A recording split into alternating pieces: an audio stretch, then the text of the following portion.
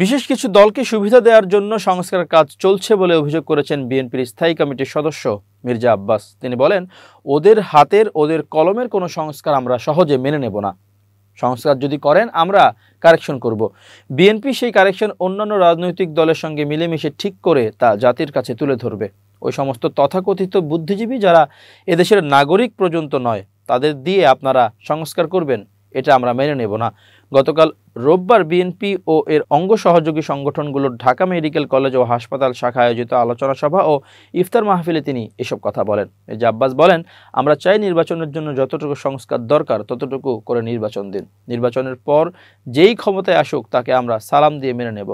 কোনো অনির্বাচিত সরকারের ব্যক্তির কোনো কথা আমরা মেনে নেব না। নির্বাচন অনুষ্ঠান নিয়ে রাজনৈতিক অঙ্গনে সংশয় সন্দেহ আছে দাবি করে মির্জা আব্বাস বলেন, নির্বাচন নিয়ে বহু কথা শুনেছি। কেউ বলছে নির্বাচন হবে, কেউ বলছে হবে না।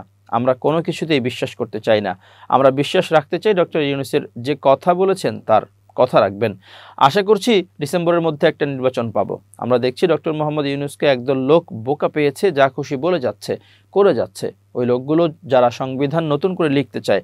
সংস্কার একটি দীর্ঘ প্রক্রিয়া উল্লেখ করে অন্তর্বর্তী সরকারের উদ্দেশ্যে এই বিএনপি নেতা বলেন, আপনারা নির্বাচনী সংস্কার করুন, বাকি সংস্কার নির্বাচিত সরকার করবে।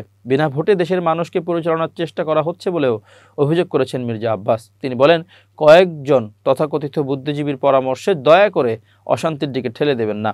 আমরা শান্তি চাই। এদেশের মানুষ বহু জেল জুলুম সহ্য করেছে, আমরাও বহু জেল খেটেছি, আর জেল খাটতে চাই না। দেশটাতে বহু বছর পর ডক্টর মোহাম্মদ ইউনূস ও দেশের মানুষের কষ্টে শান্তি এসেছে। দয়া করে দেশটাকে অশান্তির দিকে ঠেলে দেবেন না।